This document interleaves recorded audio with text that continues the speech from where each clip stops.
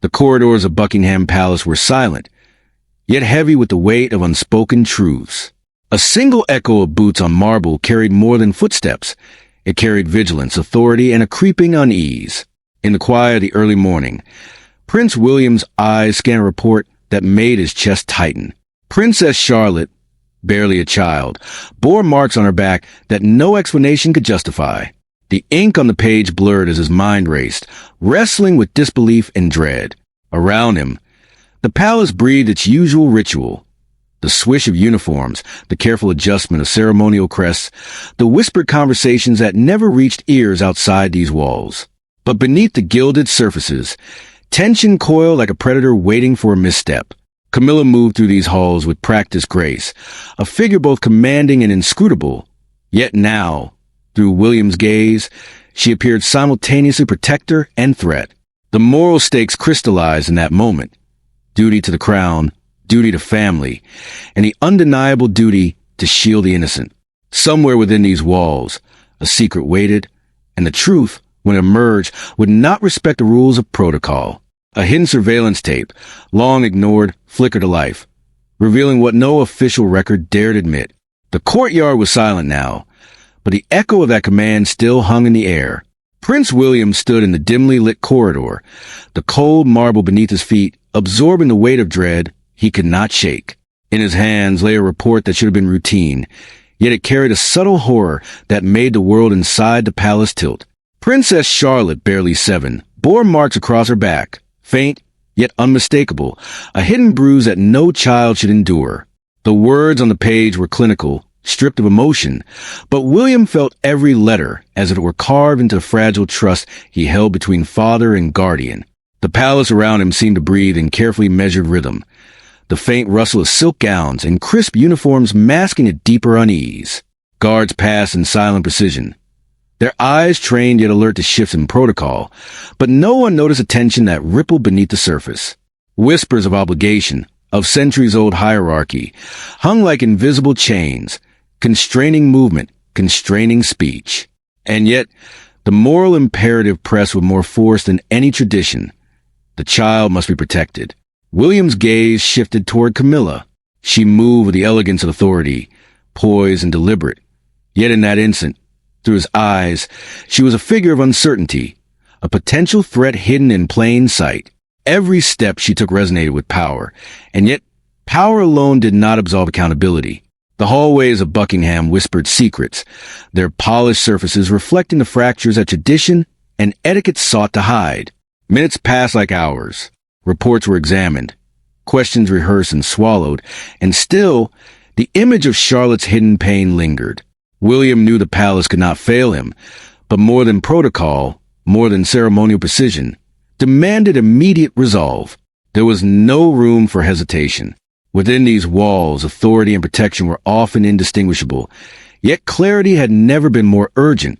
A servant passed quietly, eyes averted, but even in silence, the small gestures revealed more than words could.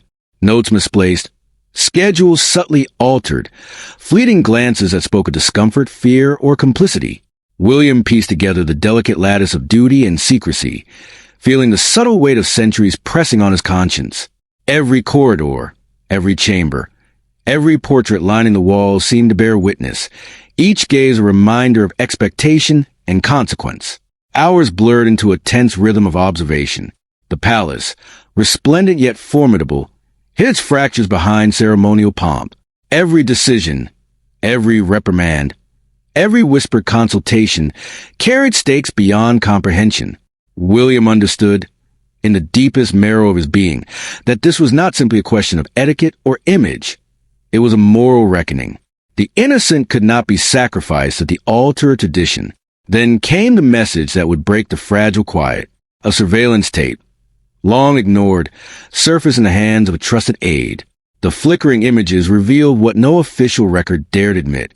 The child, small and vulnerable, marked by unseen hands, moved across the lens of duty and history. Every frame was a jolt of realization. The palace hierarchy, the seamless exterior of protocol, had concealed what should have been confronted immediately. William's heartbeat echoed through the still halls.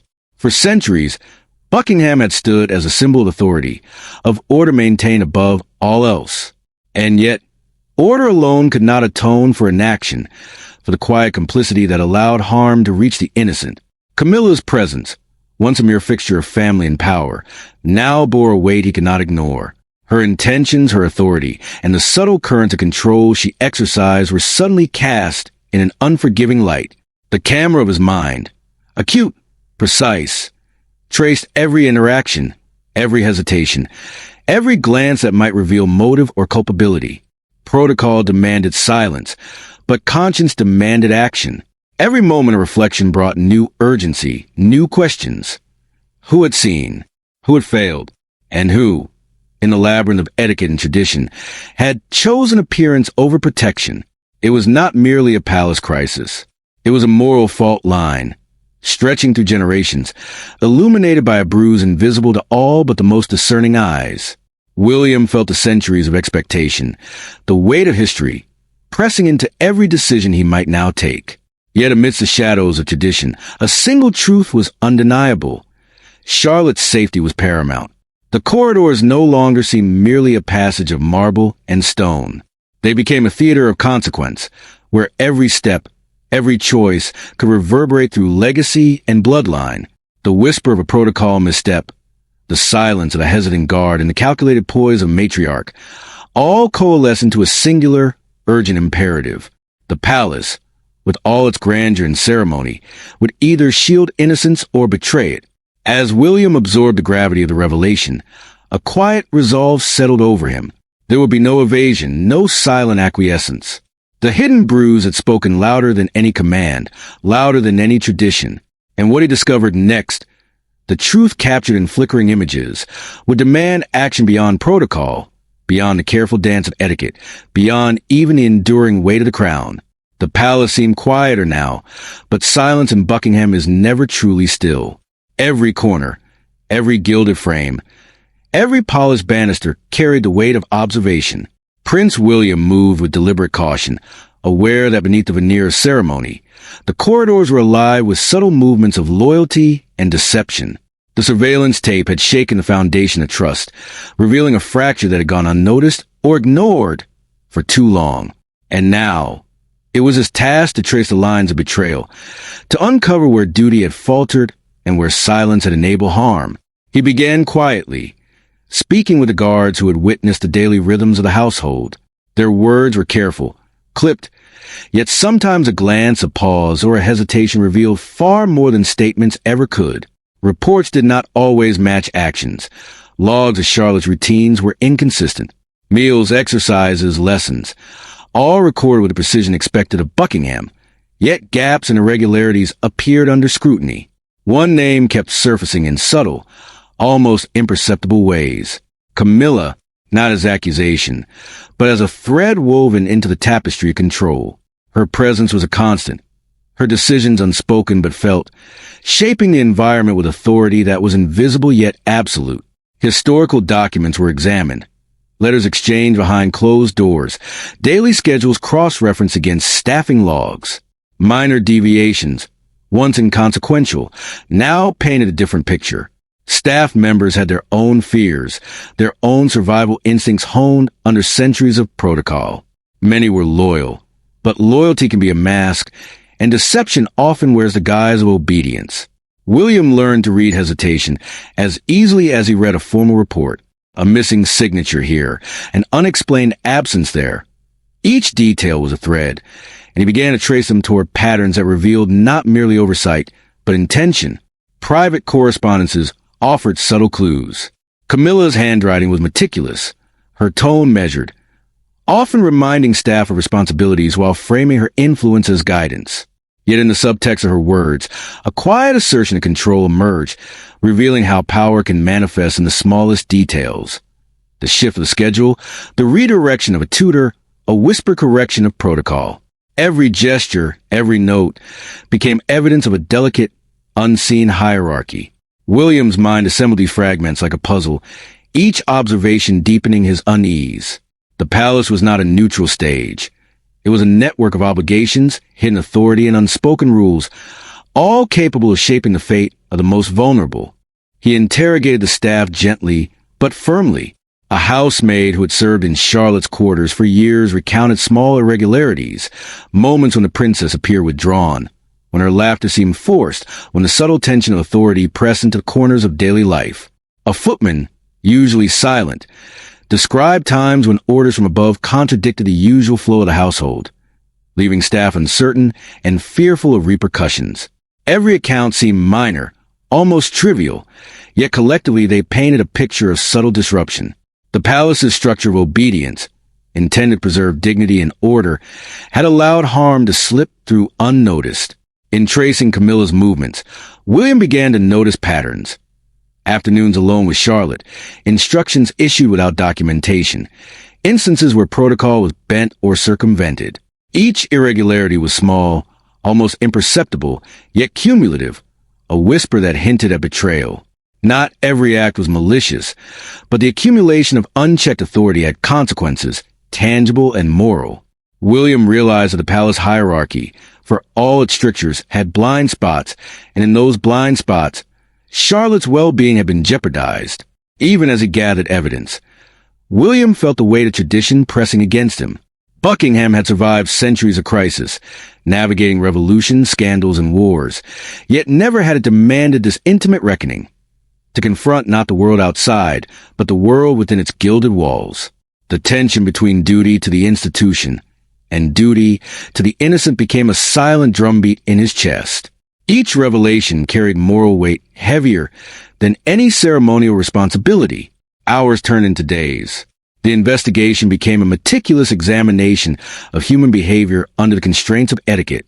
Minor acts of defiance, once dismissed as eccentricities, now signaled resistance to authority or attempts to shield a child from unseen pressures. Staff members who had once seemed compliant now revealed cracks in their armor. A brief hesitation before following an order, a carefully worded suggestion, a glance exchanged in quiet understanding. Every subtle action was recorded in William's mind, cataloged, measured, and weighed. And then came the first real sign of rebellion. A junior aide, usually timid and unassuming, questioned instruction that contradicted Charlotte's routine. The act, almost imperceptible, created ripples. In Buckingham, even minor deviations carry significance, for the palace is both home and institution, a place where every gesture is loaded with consequence. William sensed the tension rising. The ordered surface of the palace was showing cracks. The veneer of control, maintained through decades of ritual, now seemed fragile, susceptible to human conscience. By the end of the week, patterns had emerged. Camilla's influence, subtle yet omnipresent, was evident not merely in documented decisions, but in the culture of compliance she had nurtured. Each observation, a mischeck, a rearranged schedule, a pointed word, contributed to a mosaic that revealed not malice and isolation, but cumulative neglect and misjudgment. The palace, for all its grandeur, had allowed Charlotte's vulnerability to go unnoticed. William understood in that moment that protection demanded action beyond surveillance and reporting. It demanded confrontation.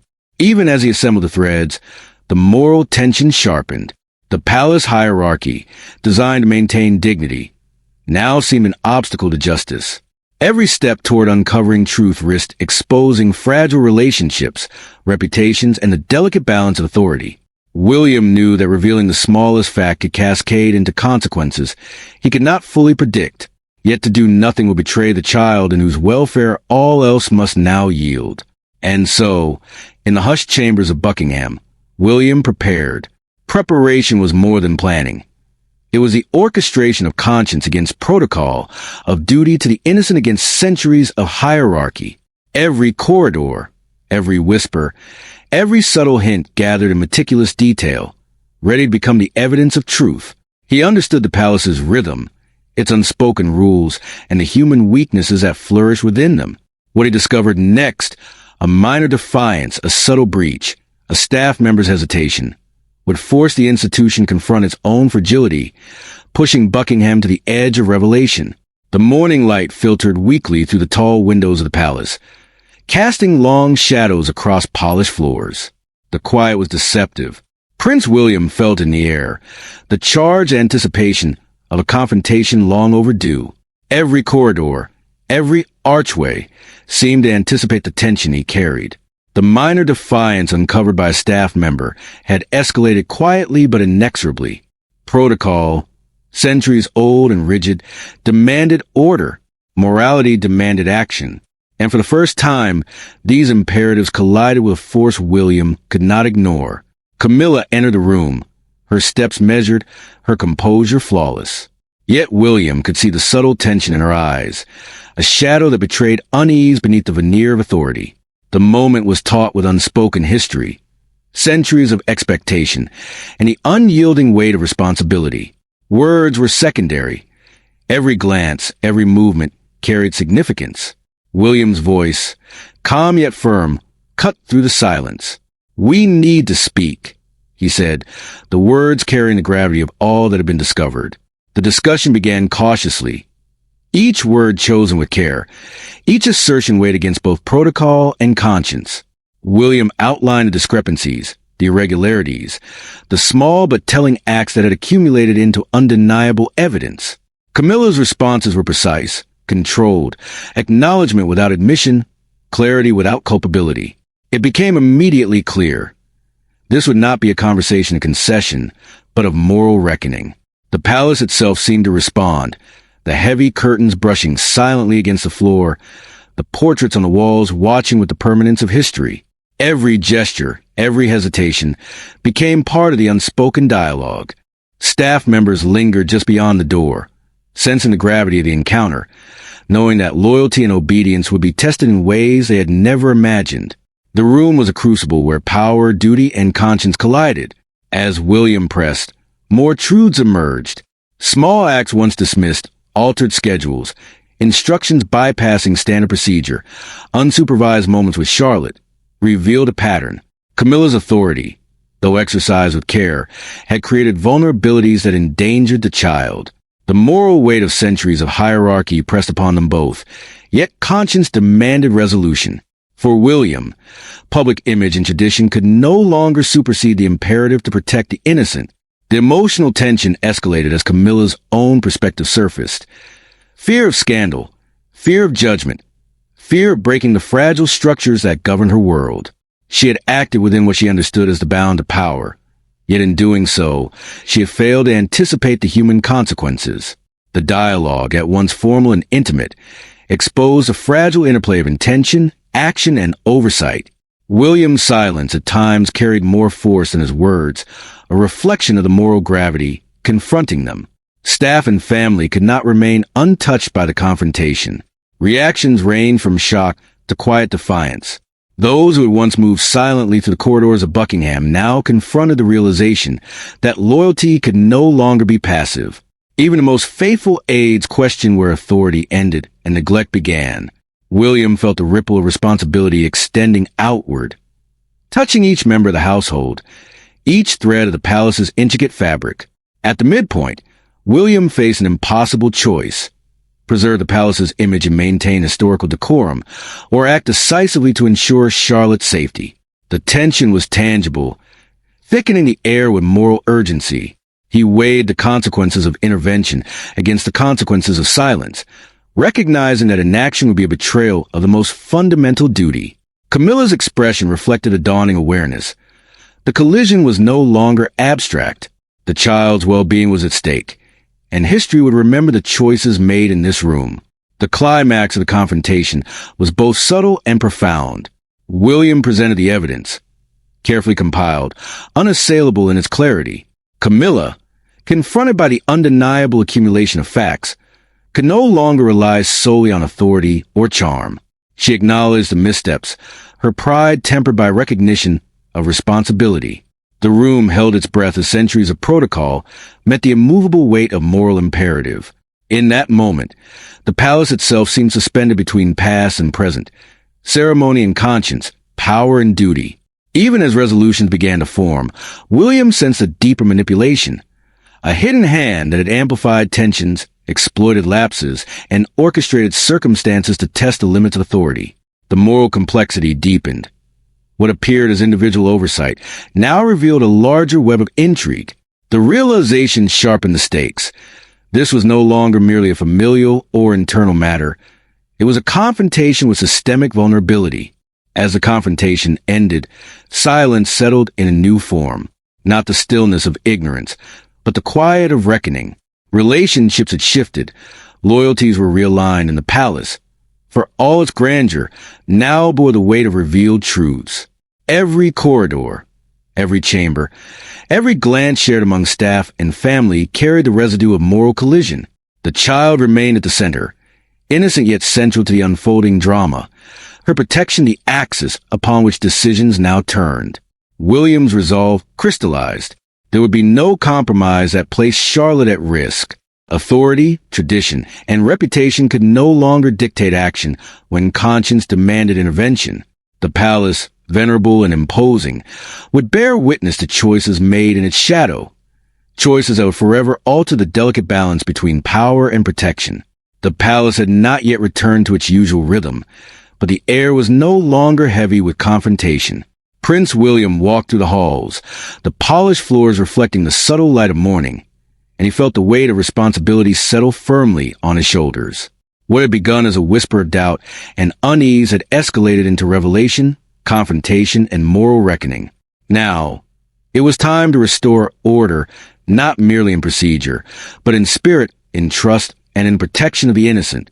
Charlotte's safety became the guiding principle of every action. Tutors were reassigned, schedules adjusted, and the staff retrained with clarity and purpose. Every detail, from lesson plans to daily routines, was verified and documented.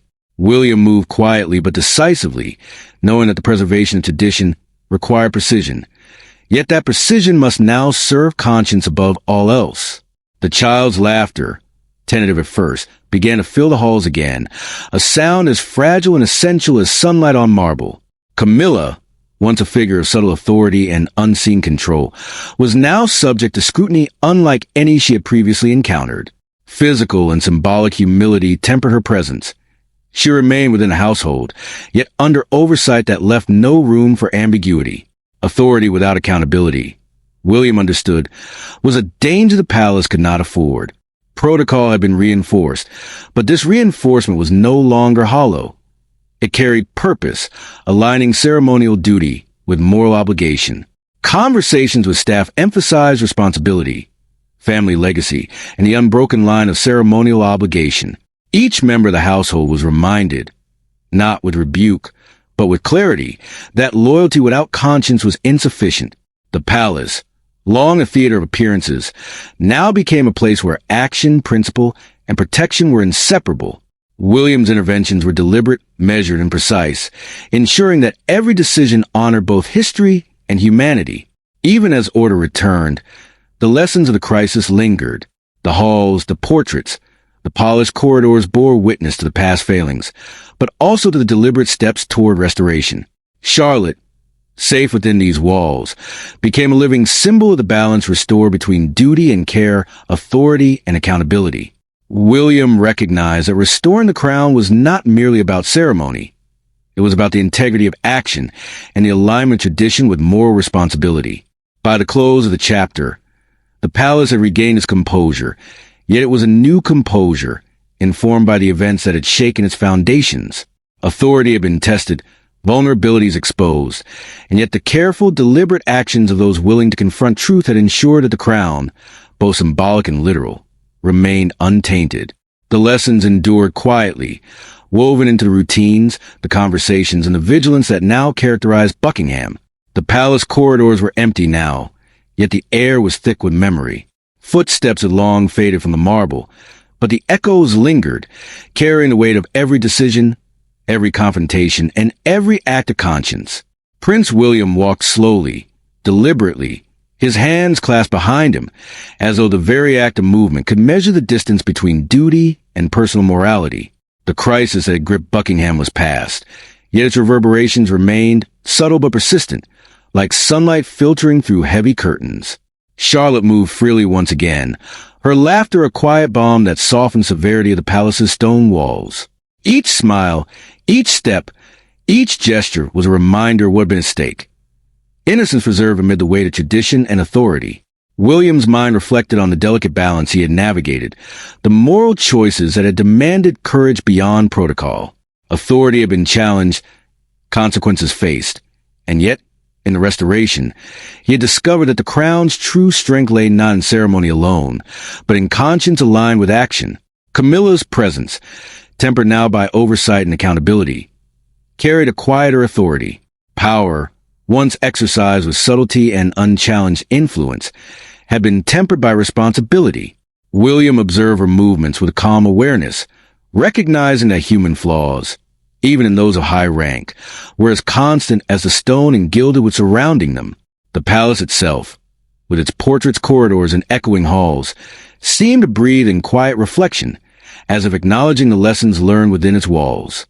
As the day waned, William wandered into the private study, the room dimly lit by the soft glow of a single lamp. Documents and reports lay neatly arranged, evidence of decisions made, actions taken, and principles restored. The weight of duty, once a heavy mantle pressing upon his shoulders, now rested with quiet dignity. Reflection replaced tension. Contemplation replaced fear, and serene understanding settled in the rhythm of his breath. The palace, like its occupants, had endured, yet endured with the imprint of conscience and the moral clarity of choices hard won. Even in this calm, the echoes of duty remained. Each corridor, each chamber, each quiet corner carried a reminder that history is preserved not merely through ceremony, but through the courage to act when duty demands the impossible. William understood fully that the crown exacted a cost beyond visibility, a cost paid in private vigilance, in moral resolve, and the quiet guardianship of those who cannot protect themselves. The gardens outside reflected the same serenity, perfectly maintained yet alive with imperceptible movement. Trees swayed gently, birds sang, and sunlight danced on the manicured lawns.